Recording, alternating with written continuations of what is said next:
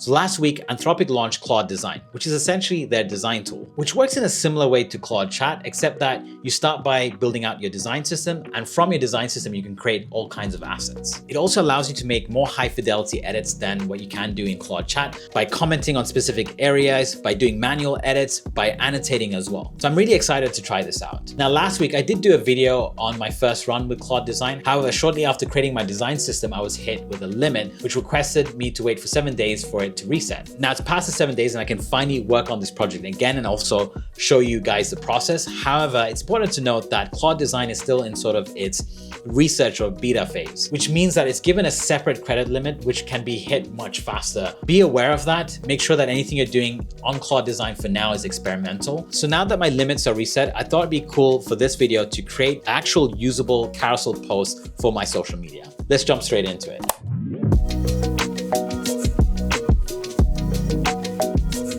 Just to kind of recap, what Claude was able to create with the design system is what you see over here. We have an entire design system that's personalized to Granular. So it starts with the UI marketing kit, and you can see here it's almost just like sort of a website template, you can say. Going down there, we have slides. You know, this seems like it would be great for a deck, but I believe it could also be used for website sections. Then we have typography, we have the colors, we have spacing, which includes backgrounds for some reason, and shadows too for elevation. And then we have components like buttons, cards, form input, pill and tags, which is similar to the buttons, to be honest.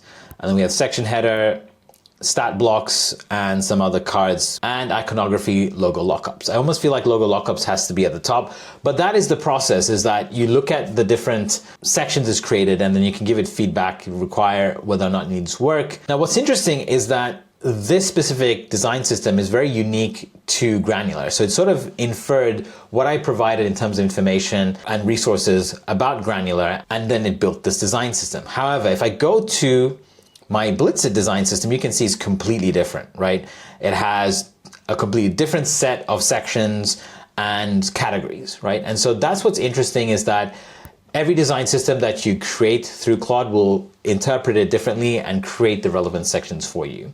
Now, I think I should actually update this in the future. Like, some of these things are going to be useful, but I don't know if the organization, the sort of the categories are all like exactly what I need. For example, I would have preferred to have a carousel sort of category for the design system, so like almost like a template. And I would have also given sort of a better categorization for some of these sections, like, for example, backgrounds being in spacing just feels a bit off, right? So I'm pretty sure you can adjust those by talking to Claude in the prompt field, but we're gonna move forwards from here and start a new design. So what I'm gonna do is I'm gonna hit new design, and we'll go ahead and start with the Granular design system, new project. We're going to call it carousel post, create, and we'll start with the carousel design and see how far it gets. You can see that we can add screenshots, code bases, we can drag a Figma file even. I'm just going to go with the design system context and see how far it gets. I will add my prompt. Give me a carousel post that talks about the Wild Wild West of Claude Code skills. People are getting overwhelmed before they even start building anything, because every influencer and their grandma is talking about how important is it to try these various skills to completely uplift the potential of Claude. Claude is already great out of the box, and it has some skills that Anthropic themselves recommend natively that they can go ahead and switch on. What I think is really important is that before they get confused about which skill to use, start building with Claude out of the box and see what it gives you and get familiar with that output, get familiar with working with Claude closely before starting to install 20 skills. So that's my post. Let's go ahead. All right, I'm going to submit this and let's see where we get. So it looks like it's building a 1080 by 1350 carousel slide, which is great. It looks like it's going to export it in Pt2 or PDF. Let's see. I would have preferred a PNG, but let's see what happens. Okay, so I see a carousel post HTML file that it's just created. Ooh, it's gone ahead and created the first slide, it looks like. The Wild Wild West of Claude skills. Cool. Every influencer and their grandma shouting about the next must install skill. You haven't even built a thing yet and you're already drowning in a list of 20. Oh, it's got a zoom here. That's really neat. One of the problems I had with Claude Chat is that I couldn't zoom in my HTML asset. So if I was creating something that is of, sort of a 1080p by 1350, I'm seeing the asset occupy all of that screen estate. And now I can finally do this. Yes, that's really, really neat. That's awesome. This has done a great job, so there's only very few things that I need to do to kind of like sharpen it up. So now let's go explore some of these other features. So we have tweaks, comment, edit, and draw. Right, so let's see what tweaks are. Okay, tweaks is basically a continuation of prompting. I won't prompt for now, I want to see the rest of the features. So we can comment, and we can specifically comment on elements. Let's try this because I don't think we need field notes. Why field notes? Is this necessary? If not, let's remove it. There we go. So we can add the comment. We can see it in the prompt field as a tag. Nice. It's ready to submit changes. We send it to Claude and now it's gonna review that request and perhaps make the changes. Okay, now we have to reload for the latest version. Yep, and it's removed that eyebrow. Now I just feel like everything is sort of not centered, but let's see if we can sort of edit it ourselves perhaps. So I'll click edit. What does edit allow us to do? So edit looks like we can essentially select the elements, adjust the font, the colors, tracking, size, width, so all of your common properties. So it's essentially a design tool at this point. Super cool. 48 pixels of margin below. Let's see if we can adjust the top margin. Nice. So we can do that by just simply dragging values. The dragging value preview is a bit whack, but it works. I'll round off this number to 200 pixels. Nice. This can be larger, I believe. So we got 104 font. Let's make it about 200. Okay, that's a bit too big. Let's try 180, 175. How about 120? 140, much better. So with that font size, I'm gonna then decrease the top margin and we'll also push this a bit higher up. I don't know why there's this rather large gap at the top. So I'm not sure how this works. How do I bring this up higher? Okay, so what I'll do for that particular adjustment, I'll comment. So I'll go to comment tool and describe the problem. Okay, so I can't see the call to action. That's a bit annoying, so Claude needs to adjust that. Bring these stats a bit higher and yeah. See if we can click that button. Yes, just about. Now it's working. Great. Super cool that we've got this manual editing tooling, right? That's really helpful. All right, so Claude's finished the last edit. We can load a new version. I kind of wish that it just does it automatically.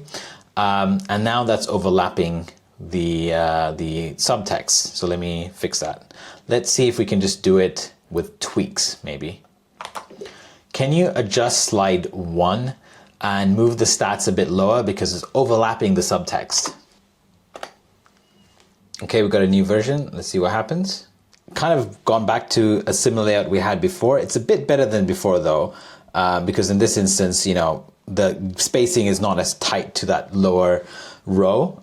So I can go back now to the edit version and simply select this little container and do what I did last time, which is just increase the top margin. Seems reasonable, So I just didn't want like an unnecessary amount of height at the top. There we go. And look, I think what happens is once you make the adjustment, the container, I feel like I was kind of moving the stack of elements outside of the container and overflowing, but it's not the case. It kind of readjusts afterwards. But that's neat. We managed to do that. Cool. So I'm going to exit editing mode. Editing mode is a game changer for sure. What is this? We got tweaks. Look at that. So we have, okay, I just realized what tweaks actually does. When I asked it to prompt and fix slide 1, it actually gave me a full controller for that slide. Which allows me to control the header, the top padding, the stack gap apparently, which, that doesn't seem to work, but at least a lot of these other elements work. Like I can move these stats higher now for the main slide. We can adjust the handle, and I think the handle gets adjusted across every slide. So if I was if I knew how this worked, what I would have been able to do is actually create a control perhaps for the entire carousel, so I can adjust the sizing, the spacing of all of them, right? So that's just really powerful. Custom controls for your specific design asset. That is amazing. Now the last tool we want to check out is Draw. So it looks like this is an annotate tool where you can sort of mark any part of your asset that you're creating. In this case, my slides, I'm gonna draw around this left bar, which I don't want actually.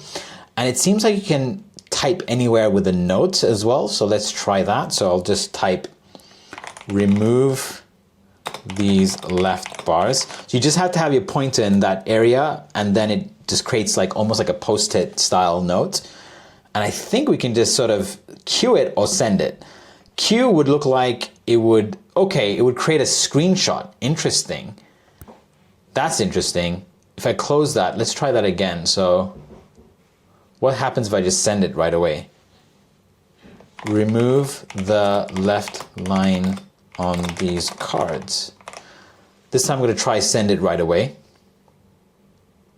Okay, so this time it just sent the drawing with the note. So it looks like Claude now is gonna get the context of the note and make an adjustment. Let's see what happens. Okay, new version ready. I'm gonna reload it.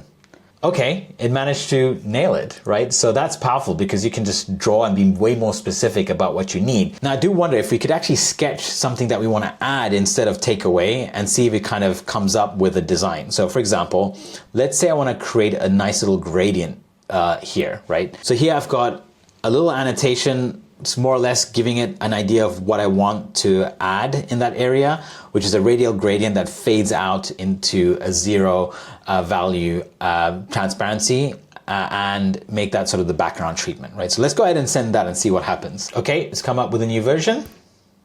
Yep, nailed that too. So not only can you use annotation to point at things, give it more context and make adjustments, but you can also use it to annotate and sketch your ideas, right? That is powerful. All right, look, that's where I'm going to end it, guys. You can see this carousel is pretty much good to go. Probably a few more tweaks. I'm not going to spend the rest of this video going through lots of micro tweaks, but you see the power of what Claude Design can give you. So just quickly, roundup of thoughts. So the big question that, of course, we need to answer here is Claude Design better than Claude Chat for creating these assets? Now, two parts of this. I think Claude Chat still has a place for creating artifacts and assets. Projects is fantastic for that. This is what I used to use for all of my assets, right? And I continue to have to be using it because Claude Design isn't ready. It's still in research or beta mode, right? So until that phase is over, Claude Chat is where I will live mostly. And it has the context of all of your chats. You can add resources and assets to it, and you can give it memory files, instructions, and whatnot. And so the power of that is that every time you start a chat, not only can you use it for research, but you can also follow up that research with then some assets. I'm pretty sure Claude Design will work in a similar way, where if I start a conversation, I can start researching first. In fact, I created another carousel post with less context using Claude Design earlier, and it actually starts with eliciting questions, as you can see over here. So you can see in this format, Claude can really be your research partner, your strategic partner as well, before it creates the asset, right? And this is, of course, a powerful way to do it too. But at the same time, I think, there's something about a free flow conversation in Claude Chat that kind of allows you to brain dump, allows you to keep going with sort of unapologetically before then telling it, hey, execute my design asset, because now it's got all the context in the chat to then execute the perfect asset for you. And many times it's done a great job. You've seen it in this channel. I'm sure you've seen it for yourselves. But at the same time, Claude Design can absolutely not be ignored, because look how powerful this thing is, right? From allowing you to create custom controls for a design asset, to being able to comment on specific elements and then submit it to your agent to adjust those elements, to being able to manually edit if you need to make smaller tweaks, to being able to annotate and draw right on the canvas to give your agent more context. These are powerful tools to get more control in the assets that you create, right? Which Claude Chat does not have. So I'm really excited to see Claude Design come out of its sort of research beta phase and allow us to use it just like any other tool in Claude's sort of tool arsenal. And yeah, just really pumped of being able to create assets with it, because I will spend more time here creating carousel posts, decks, very specific assets that I have in my mind. I will still use Claude Chat as my research partner and my sort of brain dump partner. But I do also hope that Claude figure out a way to then use sort of Claude projects as maybe your brain that could then connect up into a Claude Design project to execute an asset. I think that would be a powerful workflow. So let's see what the Claude team comes up with. They're of course building really fast. What is the next step for them? I'm sure, advancement of the models is one side, but this fundamental UX, I just feel is an obvious one. So let's see, hopefully they address it. But that's it for this session. If you excuse me, I'm going to continue playing around with Claude Design because it's just really cool. I can't wait to dig in even further. But if you're new to the channel, make sure you do subscribe. I'd really appreciate it. I've got tons of content planned around vibe designing, vibe coding, and the rest of it. If you're a designer, if you're a founder, this is the place for you to be. And if you're looking for related resources, check the description below. I'm going to drop a bunch of links there that I'm sure you'll find useful. I've also got an early access link to Granular, which is my community of vibe designers, vibe coders that I'm creating. I'm going to start bringing people together for workshops and resources and more. So check that out. Other than that, hope you enjoyed this video. I'll see you in a future one, and never stop building.